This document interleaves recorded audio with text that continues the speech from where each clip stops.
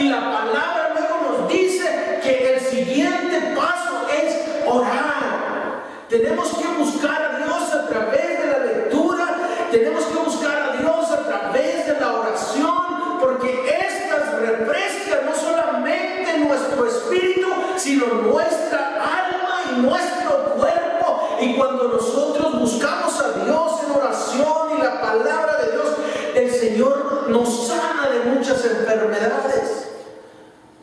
De muchas enfermedades, y nosotros aprendemos a buscar a Dios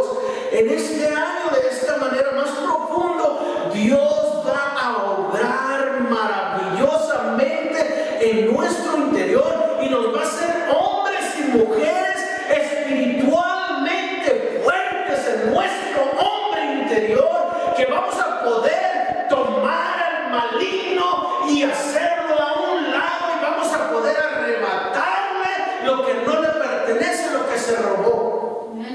De lo contrario, el enemigo va a hacer lo que hizo con Adán y Eva, va a arrebatar las almas que Dios había puesto en el huerto de Edén. Es importante que nos fortalezcamos en este año para arrebatar lo que Satanás le ha robado a Dios, para quitarle a Satanás las almas que son del Creador. Y para eso Dios no va a enviar ángeles, Dios te va a enviar a ti y me va a enviar a mí, porque esas almas, así como tú y yo estuvimos un día, están esperando en desesperación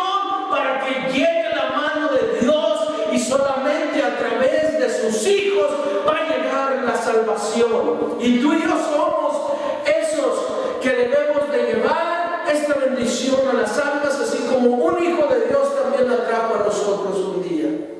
Esto hace la diferencia, y la va a hacer en este año si nosotros